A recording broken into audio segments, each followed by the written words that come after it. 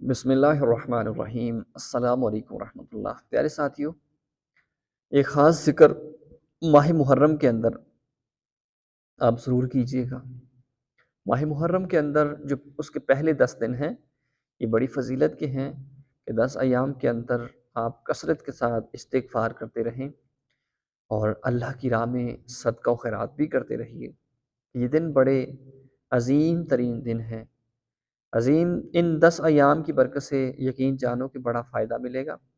جو آپ اچھا عمل کریں گے، اللہ اس کا بڑا اجر و ثواب عطا کرتا ہے۔ کہ دین اسلام کی سربلندی کے لیے دعا کریں اور اس کے ساتھ ساتھ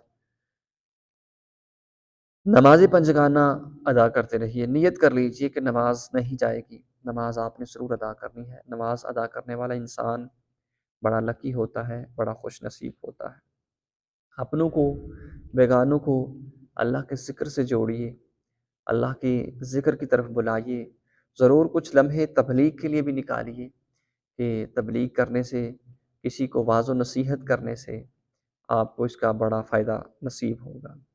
اس کے ساتھ ساتھ لا الہ الا اللہ، لا الہ الا اللہ، یہ اپنی روح کی روحانیت یعنی کہ روح کو پاکیزہ کرنے کے لیے، روحانیت حاصل کرنے کے لیے لا الہ الا اللہ، لا الہ الا اللہ اس کی کثرت کریں، استغفار کریں، استغفر اللہ، استغفر اللہ، استغفر اللہ۔